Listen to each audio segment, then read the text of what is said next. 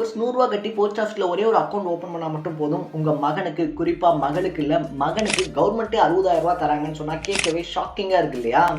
என்னப்பா நீ சொல்லிக்கிட்டு இருக்க அப்படின்னு சொல்லி கேட்டிங்கன்னா, welcome to the 30 days of 30 schemes. நம்மளை சுற்றி எக்கச்சக்கமான கவர்மெண்ட் ஸ்கீம்ஸ் இருக்குது நமக்கே தெரியாமல். அதை நீங்கள் தொடர்ந்து தெரிஞ்சுக்கணும்னு ஆசைப்பட்டீங்கன்னா மறக்காமல் நம்ம சேனலை சப்ஸ்கிரைப் பண்ணிக்கோங்க.